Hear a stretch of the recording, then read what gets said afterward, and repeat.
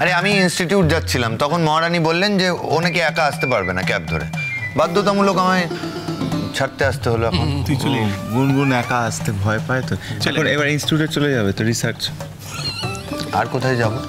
ওমা, এ কি রূপাঞ্জন, এ বাবিন, আজ তো বাড়িতে আমাদের বর্ষা মঙ্গল হচ্ছে, এই খিচুড়ি টিচুড়ি বানানো হচ্ছে, তুমি খাবে না নাকি? না গো, তোমাদের মতো অত ভালো কপাল নয় আমার, কাজ আছে। এই ভাবিন শোন, আজকের দিনটা ছেড়ে দে, দেখ গুনগুন তো এসেছে, একটু পরে চলে যাবে, আজকের দিনটা যদি যে থাকবে না তার জন্য অপেক্ষা করার কোনো প্রয়োজন নেই। আমি যাই ইনস্টিটিউট। ঠিকই বলেছো ভাবিন, তোমার ইনস্টিটিউটেই যাওয়া উচিত। আমার তো এখন একটুও যেতে ইচ্ছে করছে না, যেটুকু সময় কাছে থাকা যায় সেটাই লাভ।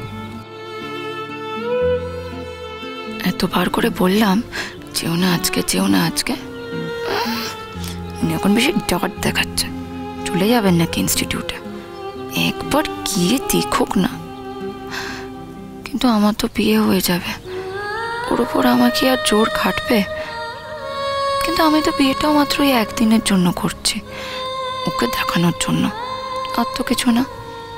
তারপর ড্যাডির রেসপন্সিবিলিটি। আমি তো ড্যাডিকে বলিনি একটা ছেলে দেখে দিতে। ড্যাডি যখন দেখেছে, তারপর সেই ছেলে যদি ঝামেলা করে ড্যাডি বুঝে নেবে, আমার কি? এই তুমি বিড়বিড় করে কি বলছো? কোথায়? আমি কিছু বলছি না তো।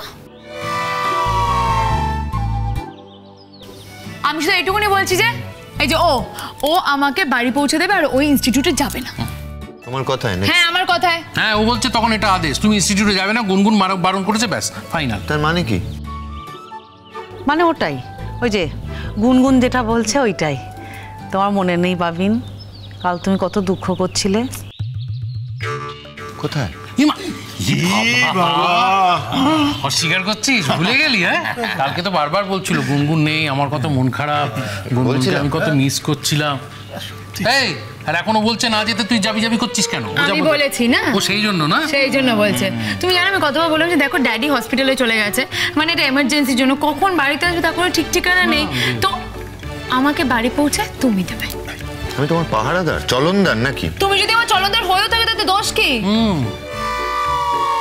না না না, আমি বলছি বাবিন, তোর যাওয়ার দরকার নেই, তুই যাস না।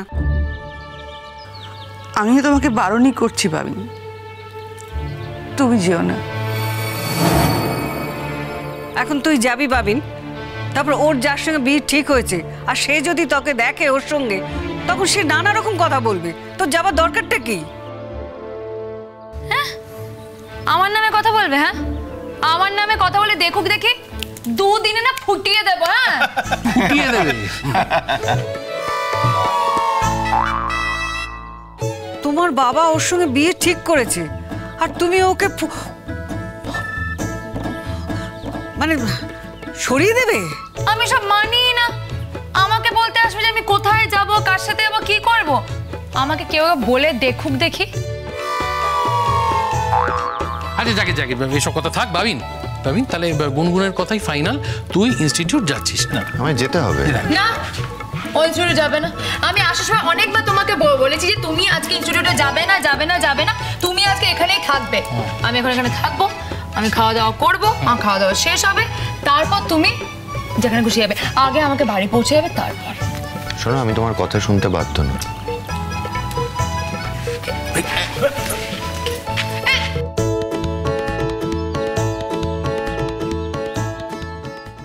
দেখলে দেখলেও কিভাবে চলে গেল, তুমি দেখলে? শোন শোন গুনগুন, রাগ করতে নেই, বর্ষা মঙ্গল তো আজকে, রাগ করতে।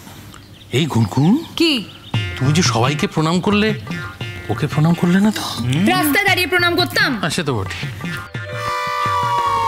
হ্যাঁ গুনগুন, তা কেন? এখন তো করতে পারতে। ও তো কনস্ট্যান্টলি ঝগড়া করে যাচ্ছে, আর এমনিতে আমি ভুলে গেছি। তাহলে তুমি এখন ওপরে যাও, এটা ভালো। হ্যাঁ যাও। এই গুনগুন, রাগ করো না, মাথা ঠান্ডা করে, বলছি ওপরে গিয়ে সোনাদাকে তুমি প্রণাম করে এসো, যাও। গুনগুন শোনো, মানে তোমাকে পড়ানোর ব্যাপারে, মানে তোমার পড়াশোনার ব্যাপারে ওর তো বিরাট কন্ট্রিবিউশন, তাই না? point. সেই জায়গা থেকে দাঁড়িয়ে তুমি যদি প্রণাম না করো তাহলে কি ব্যাপারটা ঠিক দেখায়? ঠিক দেখায়, তোমার প্রণাম করা উচিত। আমার প্রণাম করাটা উচিত না, 100% উচিত। কিন্তু এখন তো ওপরে গেলেই ও ঝগড়া করবে। ঝগড়া কেন? তুমি যাবে, প্রণামটা করবে, বেরিয়ে আসবে, ব্যাস। ঝগড়া করা স্কোপই চলে আসলেই হয়ে গেল। প্রণাম করতে কিন্তু আমার খুব খিদে পেয়েছে। আমাদের সব রেডি, খিচুড়ি বেগুন। প্রণামটাকে করে এসো বাবা, যাও শোনা। আচ্ছা ঠিক আছে, তোমরা বল, চলে যাচ্ছি। আমি কিন্তু প্রণাম করতে যাচ্ছি। হ্যাঁ, প্রণাম করতে।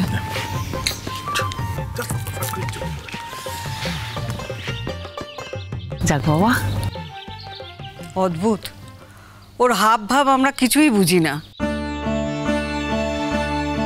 শোনো, যে চলেই যাবে সে মাঝে মাঝে এসে মায়া বাড়াবে না, তার কোনো দরকার নেই। রাগ হচ্ছে আমার ওর বাপটার উপর। এমন লোক, আমার মাঝে মাঝে কি মনে হয় জানো তো, সারা রাত ধরে ওই লোকটাকে গান শুনিয়ে শুনিয়ে পাগল করে দিই।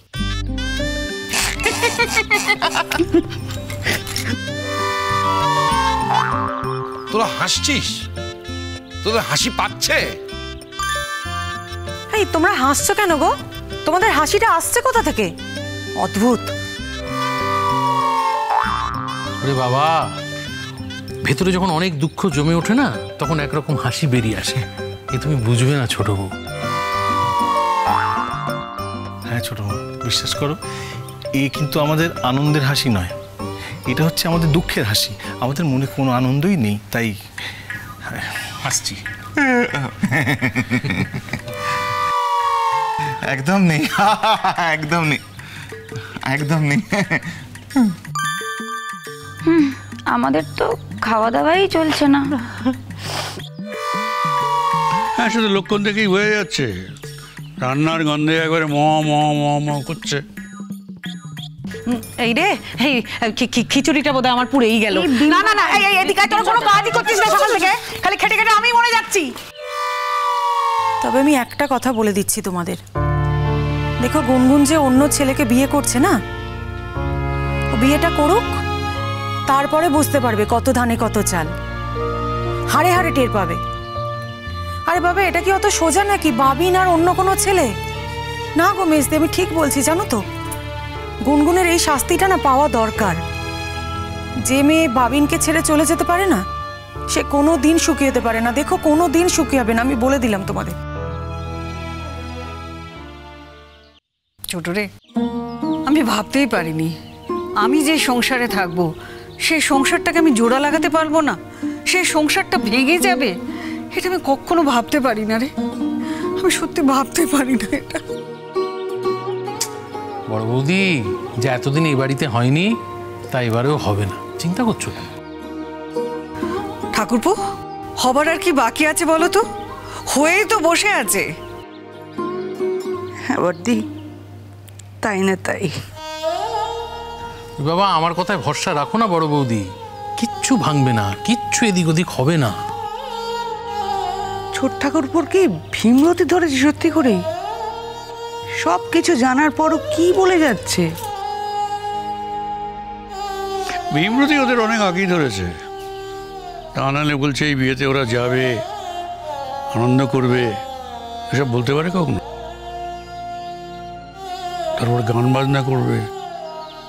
আরে শুনতে পাচ্ছ না, কদিন ধরে বাড়িতে তো কথার চাষ চলছে। বাবিনের মুখের দিকে তাকায় না ওরা, নিজেদের নিয়েই আনন্দে আছে। বাবিনকেও তো নিয়ে যাব। সেটাই তো বাকি আছে এখন। যেটা ওসব আপনি বুঝবেন না, এটা হচ্ছে মডার্ন স্টাইল। আমারও তো বুঝে কাজ নেই, আর আমারও তো মডার্ন হওয়ারও প্রয়োজন নেই। রূপাঞ্জন, বেশি রাখাতে যেও না, যা বলছে বকা খেয়ে নাও চুপচাপ। বেশি কথা বলতে গেলে ফস করে মুখ দিয়ে কি বেরিয়ে যাবে? হ্যাঁ হ্যাঁ, চুপচাপ বকা খেয়ে নাও। তারপর খেলা তো আমাদের হাতে, আমরা যেভাবে খেলাবো সব কটা সেইভাবে খেলবে।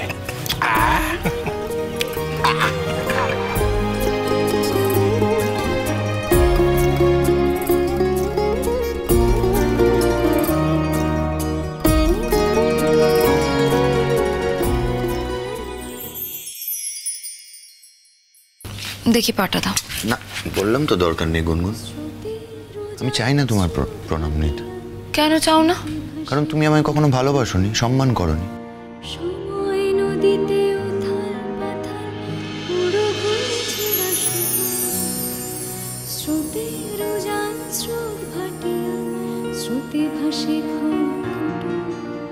আর কোনোদিন কোনো ডিমান্ড করব না, আর কোনোদিন তোমার হাতটাও টাচ করব না। উচিত নয়। নতুন কমিটমেন্টে যাচ্ছ, পুরনো জিনিসপত্র ভুলে গিয়ে নতুনভাবে নিজেকে প্রিপেয়ার করো।